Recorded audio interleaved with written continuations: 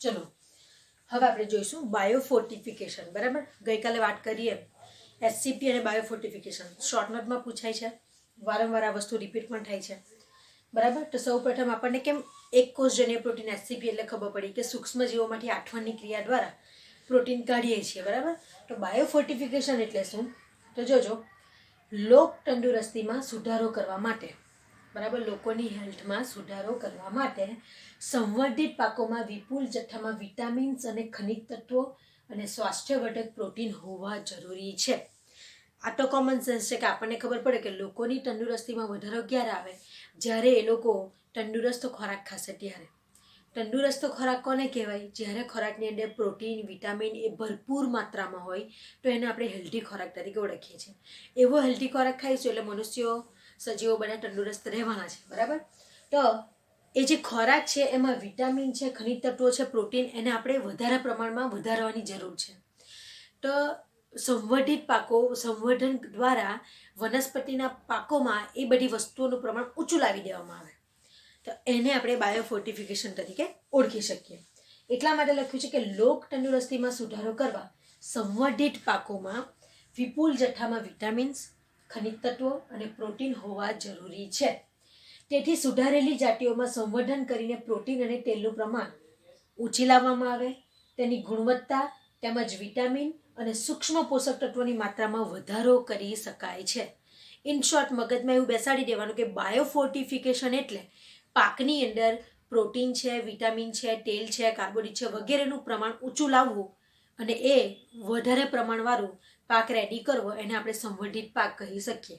બરાબર, એટલે બાયોફોર્ટિફિકેશન એટલે આ બધા તત્વોના પ્રમાણમાં વધારો થઈ જવો. ફરી પાછું વાંચું છું. સુધારેલી જાતિ જે હોય પાકની, એટલે કે સંવર્ધિત કરેલી જે જાતિ આપણે બનાવી હોય એમાં પ્રોટીન અને તેલનું પ્રમાણ, તેની ગુણવત્તા તેમજ વિટામિન અને સૂક્ષ્મ પોષક તત્વોની માત્રામાં વધારો કરી શકાય છે. મકાઈની સંકરિત જાતિમાં હાલની મકાઈની જાતિ કરતાં લાઇસિન અને ટ્રિપ્ટોફેનનું પ્રમાણ બમણું નોંધાયું છે. આપણે જે જનરલી નોર્મલી જે મકાઈનો પાક કરીએ છીએ એ મકાઈના પાકમાં લાઇસિન અને ટ્રિપ્ટોફેનનું પ્રમાણ ઓછું હતું, પણ જ્યારે આપણે સંકરણ કરીને હાઇબ્રિડ મકાઈની જાત બનાવી અને એ મકાઈનું ઉત્પાદન કર્યું ત્યારે એ મકાઈમાં, એટલે કે હાઇબ્રિડ મકાઈની જાતમાં નોર્મલ મકાઈ કરતાં ટ્રિપ્ટોફેન અને લાઇસિન એ બંનેનું પ્રમાણ ડબલ, બમણું નોંધાયું. આપણને એ પણ ખબર હોવી જોઈએ કે લાઇસિન અને ટ્રિપ્ટોફેન એ એમિનો એસિડ છે, જે આપણા શરીર માટે આવશ્યક એમિનો એસિડ કહેવાય ને, એ આવશ્યક એમિનો એસિડમાંના આ બે છે, લાઇસિન અને ટ્રિપ્ટોફેન. બરાબર, તો મકાઈની નોર્મલ જાતિ કરતાં સંકરણ કરીને બનાવેલી હાઇબ્રિડ મકાઈની જાતિમાં ટ્રિપ્ટોફેન અને લાઇસિન જે પોષક તત્વો, બે એમિનો એસિડ જે છે, જે શરીર માટે આવશ્યક છે, એ એમિનો એસિડનું પ્રમાણ બમણું નોંધાયું. અહીંથી જ આપણને ખ્યાલ આવી જાય કે બાયોફોર્ટિફિકેશન એટલે શું. બરાબર, અને આ ક્ષેત્રે કાર્યરત કોણ છે? તો IARI નામની સંસ્થા. IARIનું ફૂલ ફોર્મ ઘણી વખત MCQમાં પૂછાય છે, ઇન્ડિયન એગ્રીકલ્ચરલ રિસર્ચ ઇન્સ્ટિટ્યૂટ. બરાબર, જે ક્યાં આવેલી છે? ન્યૂ દિલ્હીમાં આવેલી છે અને ત્યાંથી કાર્યરત છે. એટલે ન્યૂ દિલ્હીમાં આવેલી IARI બાયોફોર્ટિફિકેશન માટે જવાબદાર છે. આ વસ્તુ ધ્યાનમાં રાખજો. બરાબર, ન્યૂ દિલ્હીમાં આવી છે અને એનું ફૂલ ફોર્મ. ચલો, ત્યાર પછી આપણે બાયોફોર્ટિફિકેશન શેના માટે કરીએ છીએ? તો બાયોફોર્ટિફિકેશનના હેતુ આપણે જોઈએ. એમાંનો પહેલો હેતુ પ્રોટીનનું પ્રમાણ અને ગુણવત્તા સુધારવી પાકની અંદર. પાકની અંદર જે પ્રોટીન છે એના કરતાં પ્રોટીનનું પ્રમાણ વધારવું અને એની ગુણવત્તા પાકની સુધારવી. વિટામિનનું પ્રમાણ પણ પાકની અંદર વધારવું. તેલનું પ્રમાણ અને ગુણવત્તા પણ પાકની અંદર સુધારવી. અને ખનિજ તત્વોનું પ્રમાણ પણ પાકની અંદર ઊંચું લાવવું, સુધારવું. બરાબર, તો આ 4 હેતુના કારણે આપણે બાયોફોર્ટિફિકેશન કરીએ છીએ. ઇન શોર્ટ, પ્રોટીન, ખનિજ તત્વો, પોષક તત્વો, વિટામિન્સ, તેલ એનું પ્રમાણ ઊંચું લાવવા માટે બાયોફોર્ટિફિકેશન કરવામાં આવે છે. બરાબર, ચલો ત્યાર પછી આ MCQ માટેના બધા પોઈન્ટ હશે જેના વિશે આપણે જોઈએ. તો લાઇસિન અને ટ્રિપ્ટોફેન, જેમ આપણે અહીં ચર્ચા કરી, એ આવશ્યક એમિનો એસિડ છે આપણા શરીર માટે, કમ્પલસરી જરૂરી છે, એટલા માટે આવશ્યક એમિનો એસિડમાં લખ્યું છે. તમને એવું પૂછાય કે શરીર માટે આવશ્યક એમિનો એસિડ કયા? તો લાઇસિન અને ટ્રિપ્ટોફેન. એ ખોરાક દ્વારા શરીરને મળવા જરૂરી છે. આપણે જે ખોરાક ખાઈએ છીએ એ ખોરાકની અંદર આ બંનેનું હાજરી હોવી જરૂરી છે. કેમ કે આ એ શરીર માટે ખૂબ જ જરૂરી છે. આપણે જે સોયાબીનનો યુઝ કરીએ છીએ એ સોયાબીન એ તમામ આવશ્યક એમિનો એસિડ એની અંદરથી આપણને મળી રહે છે, એટલે સોયાબીન પર આપણે ખાવું જોઈએ.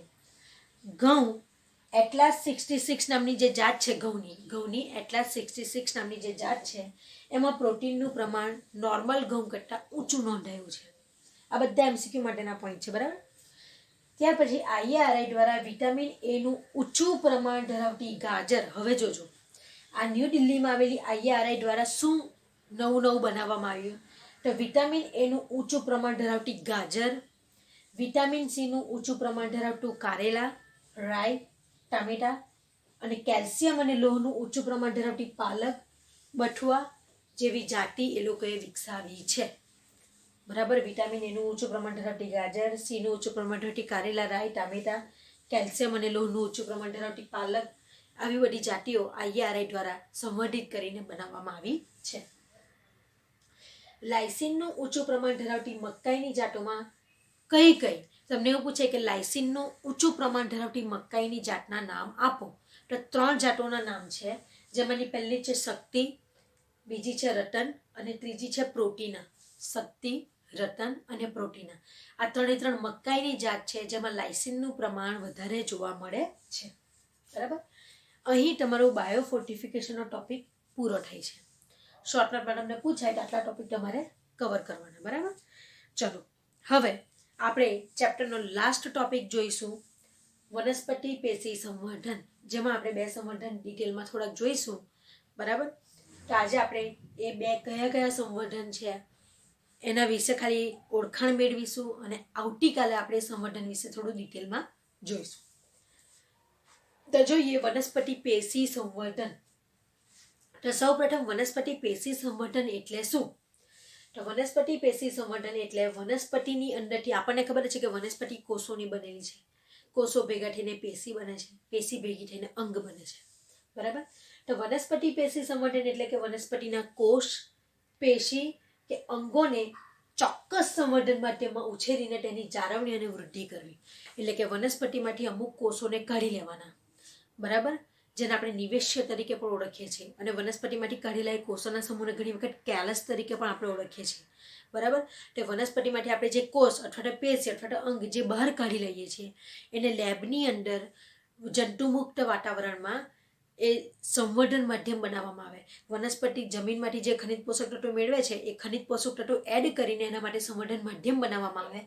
એ સંવર્ધન માધ્યમમાં એ કોષ પેશી કે અંગને મૂકીને એનો એ કોષ પેશી અંગમાંથી વનસ્પતિના નાના રોપા તરીકે એનો ઉછેર કરવામાં આવે, બરાબર. તો એને આપણે વનસ્પતિ પેશી સંવર્ધન કહી શકીએ. તો વનસ્પતિમાંથી સૌપ્રથમ કોષ પેશી કે અંગ કાઢી લેવાના, એના માટેનું જે સંવર્ધન માધ્યમ બનાવેલું હોય ચોક્કસ પ્રમાણમાં, એ ધારો કે કઈ વનસ્પતિ છે એને સોડિયમ કેટલા પ્રમાણમાં જોઈએ અને કેલ્શિયમ કેટલા પ્રમાણમાં જોઈએ એ રીતે ધ્યાનમાં લઈને સંવર્ધન માધ્યમ બનાવવામાં આવેલું હોય. એમાં વનસ્પતિ વૃદ્ધિ અંતઃસ્ત્રાવો એડ કરેલા હોય વગેરે વગેરે કરીને, બરાબર. તો એવા સંવર્ધન માધ્યમમાં લેબની અંદર એને ઉછેરવામાં આવે, કોષ પેશી કે અંગમાંથી વનસ્પતિનું નિર્માણ કરવામાં આવે, નાના નાના રોપાનું, પછી એ રોપાને જમીનમાં વાવીને મોટા મોટા વૃક્ષો વાવવામાં આવે. તો એ માધ્યમમાં ઉછેરીને તેની જાળવણી કરવાની, વૃદ્ધિ કરવી, એને આપણે વનસ્પતિ પેશી સંવર્ધન કહી શકીએ. ઇન શોર્ટ, વનસ્પતિની અંદરથી કોષ પેશી કે અંગ કાઢીને લેબની અંદર સંવર્ધન માધ્યમમાં એમાંથી વનસ્પતિ બનાવવાની ઘટનાને આપણે વનસ્પતિ પેશી સંવર્ધન કહી શકીએ, બરાબર. તો એમ કે આ જે પ્રક્રિયા છે પેશી સંવર્ધનની, એ પ્રયોગશાળામાં નિયંત્રિત પરિબળોની હેઠળ થાય છે, જેની 2 રીત છે. 2 રીતે વનસ્પતિ પેશી સંવર્ધન થઈ શકે, પણ એ પણ ચોક્કસ પરિસ્થિતિમાં નિયંત્રિત પરિબળો હેઠળ જ. આટલું તાપમાન તે એટલું જ તાપમાનમાં, આવો પ્રકાશ તો એ જ રીતનો પ્રકાશ મેન્ટેન કરવામાં આવે, બરાબર. તો વનસ્પતિ સંવર્ધન 2 રીતે થઈ શકે, જેમાંની પહેલી રીત છે કેલસ સંવર્ધન અથવા તો બીજું છે સસ્પેન્શન સંવર્ધન. આ બંને વિશે આપણે જોઈશું આવતીકાલે. કેલસ એટલે મેં તમને કીધું એમ વનસ્પતિમાંથી જે અમુક કોષોનો સમૂહ કાઢી લઈએ, જેને સંવર્ધન માધ્યમમાં ઉછેરવાના છે, તે કોષોના સમૂહને આપણે કેલસ તરીકે ઓળખી શકીએ.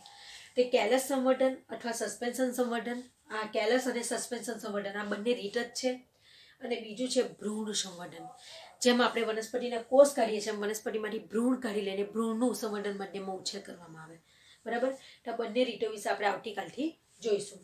એ પહેલાં આપણે પેશી સંવર્ધન વનસ્પતિનું જ્યારે કરવામાં આવે છે લેબની અંદર, તો લેબમાં આ પ્રક્રિયા દરમિયાન આપણે કઈ કઈ કાળજી રાખવી જોઈએ લેબની અંદર, એના વિશેના ખાલી 4 પોઈન્ટ છે. 4 પોઈન્ટ વિશે આપણે ચર્ચા કરી લઈએ અને આવતીકાલે આપણે કેલસ સંવર્ધન અને સસ્પેન્શન સંવર્ધન અને ભ્રૂણ સંવર્ધન વિશે જોઈશું.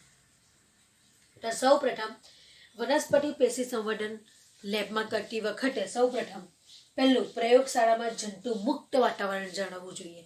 વનસ્પતિનું પેશી સંવર્ધન કરવા માટે લેબ આખી જંતુ મુક્ત હોવી જોઈએ અને પેશી સંવર્ધનમાં આપણે જે વાસણ યુઝ કરવાના છે વાસણ પણ બધા જંતુ મુક્ત હોવા જોઈએ.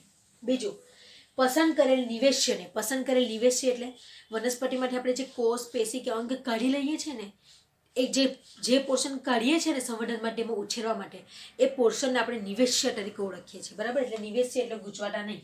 નિવેશ્ય એટલે વનસ્પતિમાંથી સંવર્ધન કરવા માટે કાઢી લીધેલો ભાગ. તો પસંદ કરેલ નિવેશ્યને યોગ્ય સંવર્ધન માધ્યમમાં રાખવા. યોગ્ય એટલે ચોક્કસ સંવર્ધન માધ્યમમાં. ધારો કે આ વનસ્પતિ છે તેના માટેનું આવું જ સંવર્ધન માધ્યમ, આ વનસ્પતિ છે તેના માટેનું આ પ્રકારનું સંવર્ધન માધ્યમ. એટલે યોગ્ય જેવી વનસ્પતિ એ પ્રમાણેનું સંવર્ધન માધ્યમ હોવું જોઈએ. ત્રીજું, પ્રક્રિયામાં વપરાતા સાધનો પારજાંબલી પ્રકાશ એટલે કે અલ્ટ્રાવાયોલેટ દ્વારા જંતુ મુક્ત કરવા. વનસ્પતિ પેશી સંવર્ધનમાં જેની અંદર સંવર્ધન માધ્યમ જે વાસણમાં રાખવાના છે, જેની અંદર આપણે સંવર્ધન કરવાનું છે, એ બધા જ વાસણોને પારજાંબલી કિરણો દ્વારા યુવી અલ્ટ્રાવાયોલેટ કિરણો દ્વારા જંતુ મુક્ત કરવા જોઈએ. ચોથું, નિવેશ્યને એક ધારું તાપમાન કેટલું 24 ડિગ્રી સેલ્સિયસ આ આંકડો યાદ રાખજો. લેબની અંદર જ્યારે વનસ્પતિ પેશી સંવર્ધન કરવામાં આવે તો નિવેશ્યને 24 ડિગ્રી સેલ્સિયસ ટેમ્પરેચરમાં રાખવામાં આવે. બરાબર? નિવેશ્યને એક ધારું તાપમાન 24 ડિગ્રી સેલ્સિયસ મળતું રહે તેવી વ્યવસ્થા પણ કરવાની. વનસ્પતિ પેશી સંવર્ધન દરમિયાન એ જે નિવેશ્ય તરીકે આપણે જે ભાગ કાઢી લે છે એને સતત 24 ડિગ્રી સેલ્સિયસ જેટલું તાપમાન આપણે એ જગ્યા ઉપર મેન્ટેન રાખવું પડે. તો વનસ્પતિ પેશી સંવર્ધન વખતે આ 4 પ્રકારની કાળજી આપણે રાખવી જોઈએ. બસ આ બાયોફોર્ટિફિકેશન, શોર્ટનટ અને આ બેઝિક ખાલી ઇન્ટ્રોડક્શન આજે હતું. વનસ્પતિ પેશી સંવર્ધન એટલે શું? બરાબર? આપણા ટેક્સ્ટ બુકમાં વનસ્પતિ પેશી સંવર્ધનનો આપણે ટોપિક જોઈ જ ગયા છીએ, પણ આપણે ભ્રૂણ સંવર્ધન, ટેલસ ને સસ્પેન્શન વિશે નથી જોયું. એના વિશે આપણે આવતીકાલે થોડું ડિટેલમાં જોઈશું. બરાબર? તો આજે આપણે આ ટોપિક અહીં વાઇન્ડ અપ કરીએ.